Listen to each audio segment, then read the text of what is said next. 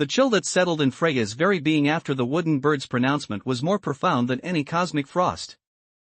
"He awaits," it had croaked, a sound like splintering bone against the silence. Her reflection, still a fractured void, seemed to writhe with a new, malevolent intelligence. The violet light, her nascent power, flickered, struggling against the encroaching shadow.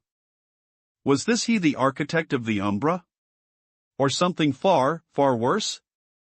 The creator of worlds, a being of immense power and ancient sorrow, watched from the ethereal plane, his gaze fixed on the unfolding tragedy. He had seen worlds born and worlds extinguished, but this was a corruption of the fundamental weave of existence. The tears of stars he had shed, once potent against the Umbra's creeping order, now seemed like mere dewdrops against a rising tide of darkness. Freya's hands, still bearing the splotches of corrupted energy, clenched into fists. The whisper of "not yet" echoed in her mind, a desperate plea from the deepest recesses of her soul. But the shadow was a seductress, promising power, promising an end to the struggle, even if it was an end of oblivion. "He awaits," the voice seemed to whisper from within her own corrupted essence. The wooden bird, its crimson eyes now beacons of pure malice, perched on a fractured spire of reality, a sentinel of the encroaching doom. It tilted its head, an unervingly intelligent gesture. "He is curious," it rasped, the sound sending tremors through Freya's already fractured psyche. "He senses the potential within you. The darkness, it sings to him." Freya recoiled, the words a venomous dart aimed at her core. She felt the Umbra's cold, calculating presence surge, attempting to fully claim her. But the violet light flared again, a defiant ember in the encroaching night. It wasn't enough to push back the Umbra, but it was enough to hold it at bay.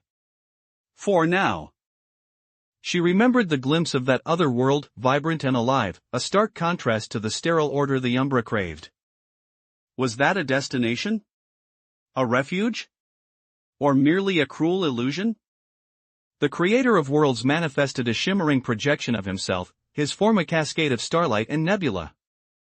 "Freya," his voice resonated, a mournful symphony. "You are the nexus. The Umbra seeks to unravel you, to use your descent as a key to rewrite all that is.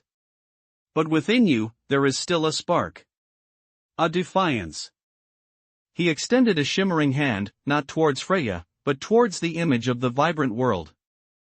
"That world, it is a seed. A possibility. But it requires a guardian.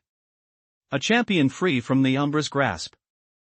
The wooden bird cackled, a sound devoid of mirth. "A champion? Or a sacrifice? He finds your struggle entertaining." Suddenly, the air around Freya grew heavy, thick with an unseen pressure. The shadows coalesced, not just around her, but within her. Her own form flickered, a terrifying duality of light and encroaching darkness. The crimson eyes of the bird seemed to bore into her very soul. "He has a gift for you," the bird chirped, its voice shifting, becoming deeper, more resonant, almost human. A ripple in the fabric of spacetime occurred nearby, not a tear, but a gentle parting, revealing a being of pure, unadulterated energy, its form shifting and coalescing like a living aurora borealis. It pulsed with an ancient, primordial power, a power that dwarfed even the creator of worlds. This was not the sterile order of the Umbra, nor the chaotic creation of the creator. This was something else entirely. The being extended a tendril of pure light, not towards Freya, but towards the fractured void within her reflection. "She carries the echo of what could be," a voice boomed, not from the being itself, but from the very space it occupied. "And the potential for what must be."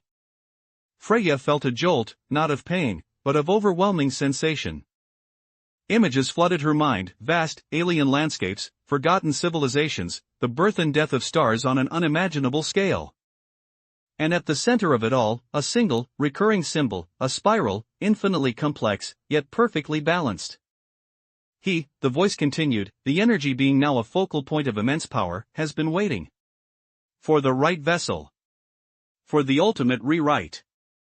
The energy being pulsed, and Freya felt a shard of its power, alien and terrifying, embed itself within her. Her hands darkened further, the shadowy aura intensifying, but now, intertwined with it, was a faint, ethereal glow.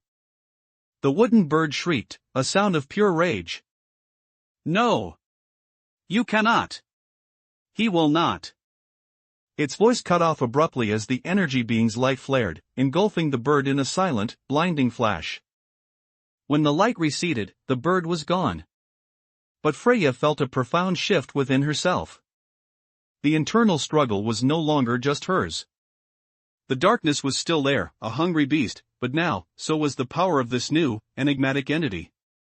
The creator of worlds watched, his starlight form dimming with a terrible foreboding. "The balance is broken," he whispered, his voice barely audible above the cosmic hum.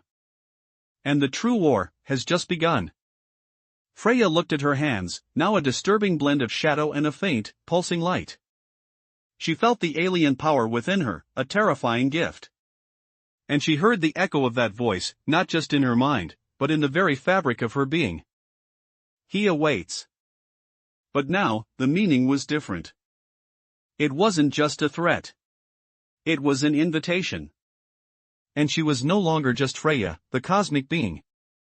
She was something more. Something twisted. Something powerful. And as the void in her reflection seemed to momentarily solidify into a single, crimson eye, she knew she was irrevocably changed. The journey into the darkness had just taken a terrifying new turn. What would become of her? And who was he? The answers lay beyond the veil, in a reality yet to be written.